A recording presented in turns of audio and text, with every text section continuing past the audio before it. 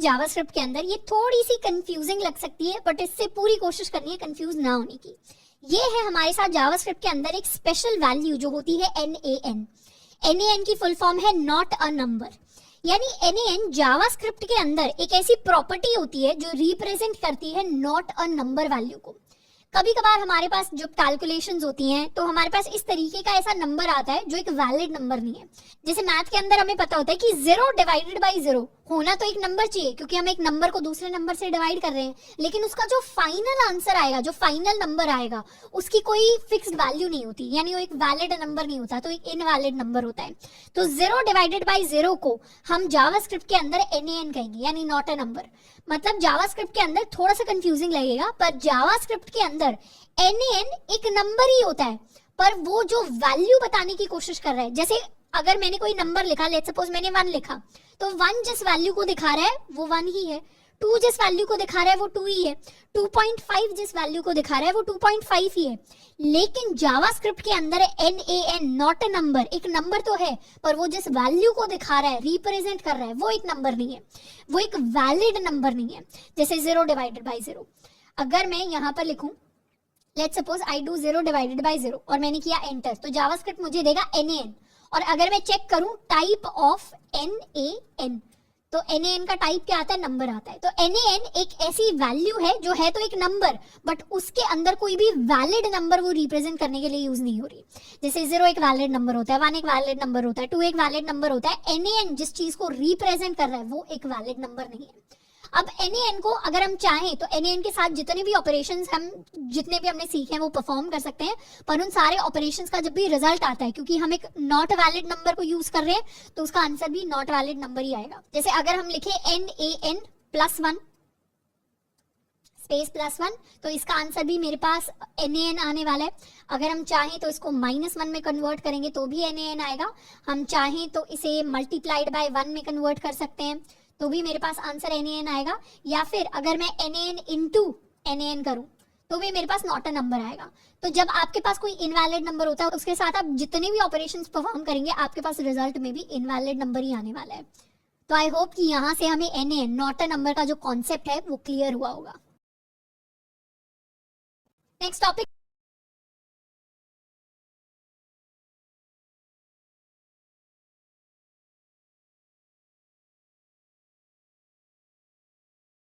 Next topic जिसे हम पढ़ने वाले हैं ये है हमारे पास ऑपरेटर प्रेसिडेंस। प्रेसिडेंस का मतलब होता है प्रायोरिटी, यानी जब हमारे पास किसी भी एक्सप्रेशन में बहुत सारे ऑपरेटर्स होते हैं, जैसे मैथ के अंदर हमने ऐसा एक्सप्रेशन देखा होगा 5 + 4 multiplied by 10 divided by 2 + 3 - 5।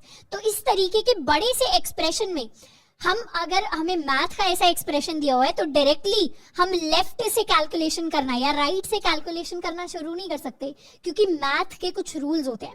Math में हमने एक रूल पढ़ा होगा बॉडमास वाला रूल।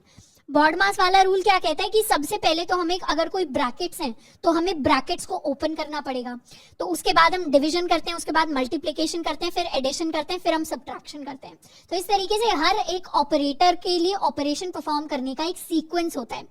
आपको प्लस और माइनस करने से पहले हमेशा मल्टीप्लाई और डिवाइड हमेशा पहले करना होता है। तो ये मैथ का रूल होता है। तो वैसे ही रूल्स हमारे जावास्क्रिप्ट के अंदर भी अप्लाई करते हैं। जावास्क्रिप्ट के अंदर अगर किसी एक सिंगल एक्सप्रेशन के अंदर बहुत सारे ऑपरेटर्स दिए हुए हैं, जैसे ये हमारा एक्सप्रेशन हो गया, तो इस एक्सप्रेशन के अंदर कौन सा ऑपरेटर पहले यूज होगा, कौन सा ऑपरेटर बाद में इंप्लीमेंट होगा, उसका एक सेट प्रेसिडेंस होता है। तो ऑपरेटर प्रेसिडेंस हमारा एक जनरल ऑर्डर होता है या प्रायोरिटी सेट होता है जिसके अकॉर्डिंग हम किसी भी एक्सप्रेशन को सॉल्व करते हैं। इसमें सबसे हाईएस्ट जो प्रेसिडेंस होती है वो होती है हमारे ब्रैकेट की, यानी सबसे पहले जितने भी ब्रैकेट के अंदर एक्सप्रेशन वाले पार्ट होंगे ना वो सॉल्व हो रहे होंगे। लेट्स सपोज हम एक एक्सप्रेशन का एग्जांपल लेते हैं। हमने लिखा 5 + 2 डिवाइडेड बाय 7 + 1 मल्टीप्लाइड बाय 1। ये ऐसे कर लेते हैं 1 मल्टीप्लाइड बाय 2। तो इस तरीके का हमने कोई एक्सप्रेशन लिखा है। अब इस एक्सप्रेशन में सारे ऑपरेशंस को परफॉर्म करने से पहले हम क्या करेंगे, अपने ब्रैकेट के अंदर वाले ऑपरेशंस को परफॉर्म करेंगे। तो ब्रैकेट के अंदर वाले ऑपरेशन को जब परफॉर्म करेंगे तो 5 + 2 हो जाएगा 7, तो ये वैल्यू हो जाएगी 7 डिवाइडेड बाय 7 + 1 मल्टीप्लाइड बाय 2। अब जैसे ही सारे ब्रैकेट वाले ऑपरेशंस को हमने परफॉर्म कर लिया, उसके बाद सेकंड जो प्रायोरिटी आती है वो आती है पावर ऑपरेटर की। अब हमारे एक्सप्रेशन में कोई पावर ऑपरेटर नहीं है, तो उसके बाद थर्ड नंबर पे प्रायोरिटी आती है हमारे मल्टीप्लिकेशन, डिवीजन एंड हमारे मॉड्यूलो की। अब इन तीनों ही ऑपरेटर्स की इक्वल लेवल पे प्रायोरिटी है, पर हम लेफ्ट से राइट की तरफ देखते हुए चलते हैं। यानी लेफ्ट में सबसे पहले क्या आया, 7 डिवाइडेड बाय 7 आया, तो 7 डिवाइडेड बाय 7 का हम आंसर लिखेंगे विच इज इक्वल टू 1। उसके बाद हमने लिखा +1। अब डिवीजन के बाद अभी हमें प्लस नहीं परफॉर्म करना, अभी हमें सबसे पहले मल्टीप्लीकेशन को परफॉर्म करना है, तो 1 मल्टीप्लाइड बाय 2 का हम आंसर लिखेंगे। 1 मल्टीप्लाइड बाय 2 बेसिकली होने वाला है 2 के इक्वल, तो यहाँ पर 1 की जगह हम लिख देंगे लाकर 2। तो ये हमारा एक्सप्रेशन हो गया। एंड फोर्थ लेवल पे जो प्रायोरिटी होती है वो होती है प्लस एंड माइनस की, यानी सब्ट्रैक्शन और एडिशन की। सब्ट्रैक्शन और एडिशन की भी हमारे पास इक्वल प्रायोरिटी होती है, तो हम क्या करते हैं, एक्सप्रेशन में लेफ्ट से राइट की तरफ कैलकुलेट करते हैं। तो हम इस डायरेक्शन में कैलकुलेट करना स्टार्ट करेंगे। हमारे पास एक सिंगल ऑपरेशन ही है 1 + 2 which will be equal to 3। तो इस एक्सप्रेशन का जो फाइनल रिजल्ट हमारे पास निकल कर आएगा वो होगा 3 के इक्वल। तो जब भी हमारे पास एक ऐसा एक्सप्रेशन दिया होता है जिसमें मल्टीपल ऑपरेटर्स होते हैं, तो हम इसी ऑर्डर को फॉलो कर रहे होते हैं अपने एक्सप्रेशन को सॉल्व करने के लिए। इनफैक्ट अगर इस चीज को हम जावास्क्रिप्ट के अंदर लिखकर देखें तो we can simply write 5 + 2 divided by, इसे कर लेते हैं 5 + 2 डिवाइडेड बाय 7। उसके बाद हमने लिया था +1 मल्टीप्लाइड बाय 2, तो आंसर हमारे पास आएगा 3 के equal and it is the same चीज जो हमने अभी कैलकुलेट की है। अब ऑपरेटर प्रीसीडेंस पर बेस्ड हम कुछ सवालों को यहाँ पर इवैल्यूएट करने वाले हैं, सॉल्व करने वाले हैं। यहाँ तक अगर आपको ऑपरेटर प्रीसीडेंस समझ में आ गया है तो वीडियो को एक बार पॉज करना है और इन तीनों एक्सप्रेशंस के एक बार रिजल्ट खुद से कैलकुलेट करके देखने हैं।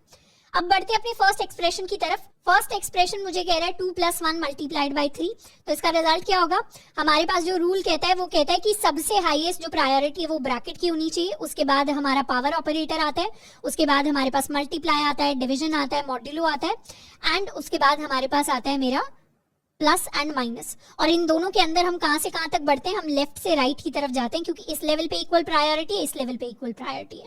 तो यहाँ पे सबसे हाईएस्ट प्रायोरिटी है ब्रैकेट की, तो हम ब्रैकेट के अंदर की चीज को सॉल्व करेंगे। 2 + 1 को सॉल्व करेंगे तो 3 आएगा मल्टीप्लाइड बाय 3। अब सिंगल ऑपरेटर मेरे पास रह गया, तो 3 × 3 मेरे पास हो जाएगा 9 के इक्वल। इसको करके भी देख लेते हैं।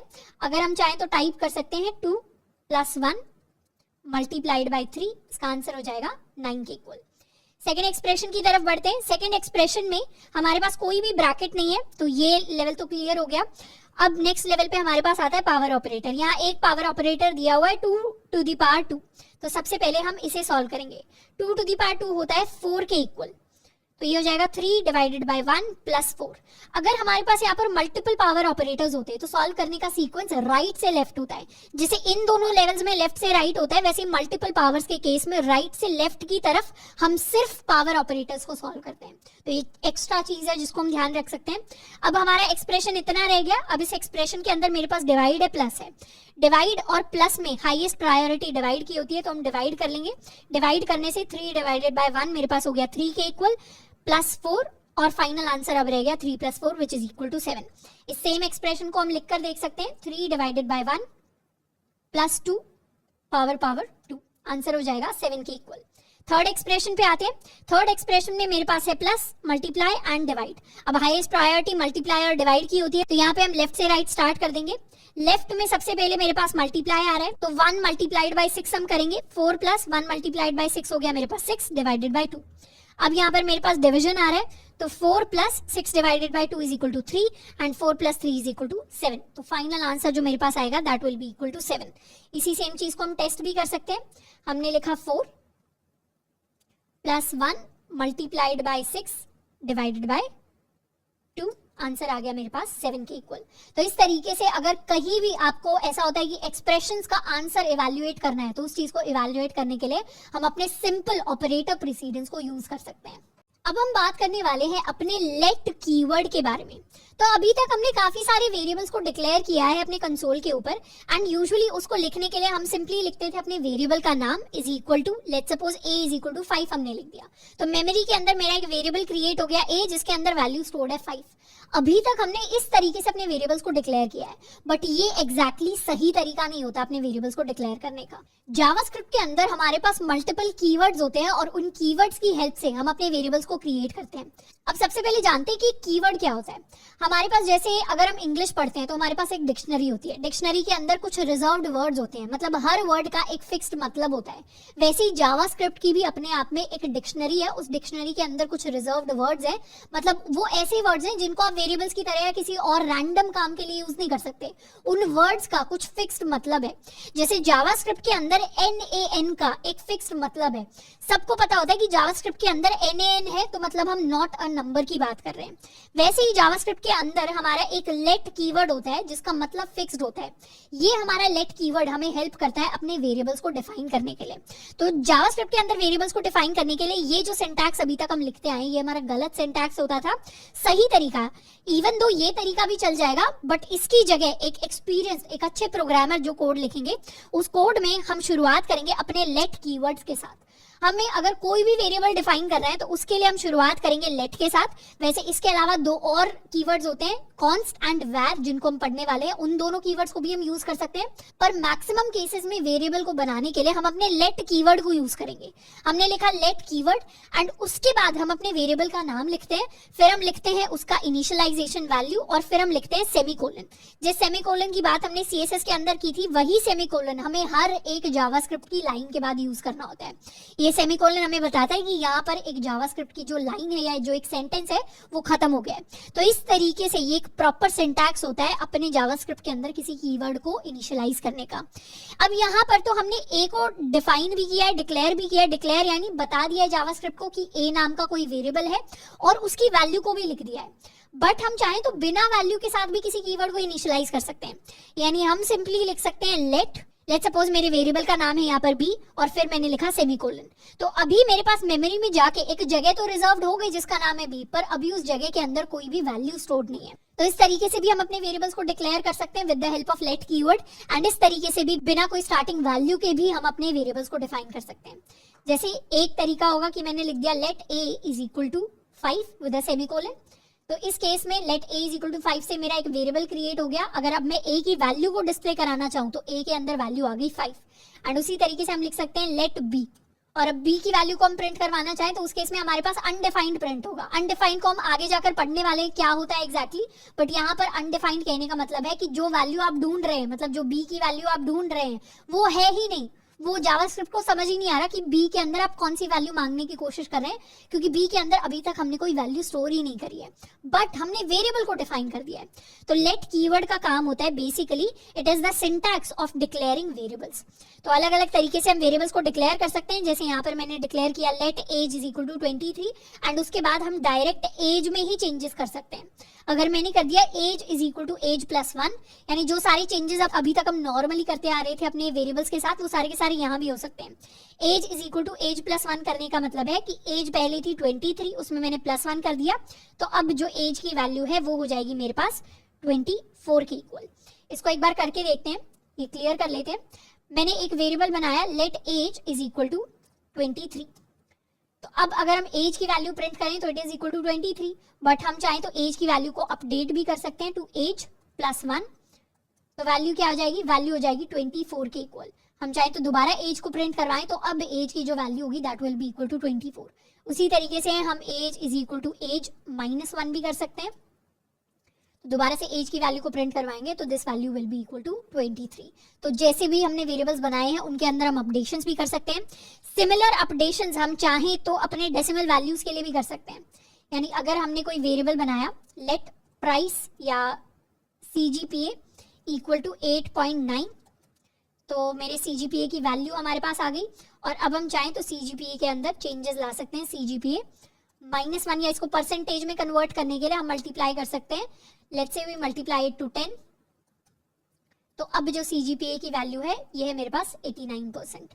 तो CGPA मेरी परसेंटेज में कन्वर्ट होगी। तो इस तरीके से कन्वर्जन्स जो होते हैं CGPA से परसेंटेज का कन्वर्जन, परसेंटेज से CGPA का, या मार्क्स का अगर आपको एवरेज निकालना है, या आपको फ़ारेनहाइट से सेल्सियस में कन्वर्जन करना है, किसी स्क्वायर का एरिया कैलकुलेट करना है, किसी आपको सर्कल की सर्कमफेरेंस कैलकुलेट करनी है, तो इस तरीके के जो छोटे मोटे ऑपरेशंस होते हैं इनको हम वेरिएबल्स की फॉर्म में कर सकते हैं। जैसे अगर मान लेते हैं मुझे कोई स्क्वायर दिया हुआ है और इसको क्रिएट भी कर लेते हैं यहाँ पर। जैसे लेट्स सपोज हमें कोई स्क्वायर दिया हुआ है और स्क्वायर की जो साइड है इसकी वैल्यू हमें दी है 4 के इक्वल। तो I can declare a variable let side is equal to 4। And अब अगर हमें स्क्वायर का एरिया कैलकुलेट करना होगा तो वो एरिया हो जाएगा मेरे पास side multiplied by side. Square का एरिया होता है साइड स्क्वायर, तो हम साइड मल्टीप्लाइड बाय साइड भी लिख सकते हैं, या फिर इसका स्क्वायर करने के लिए हम इसको पावर दे सकते हैं विद 2, तो एरिया जो होगा मेरे पास वो हो जाएगा 16 के इक्वल। तो इस तरीके की जो बेसिक ऑपरेशंस होते हैं उनको हम परफॉर्म कर सकते हैं। तो ये यहाँ पर हमने क्या किया है, एक लॉजिक को इंप्लीमेंट किया है, इस तरीके से एक साइड से एरिया को निकालना। ऑल्दो ये बहुत छोटे लेवल पर है, बट यही लॉजिकल कोडिंग है। यहाँ पर हमने लॉजिक को यूज किया है किसी चीज को कैलकुलेट करने के लिए, कंप्यूट करने के लिए।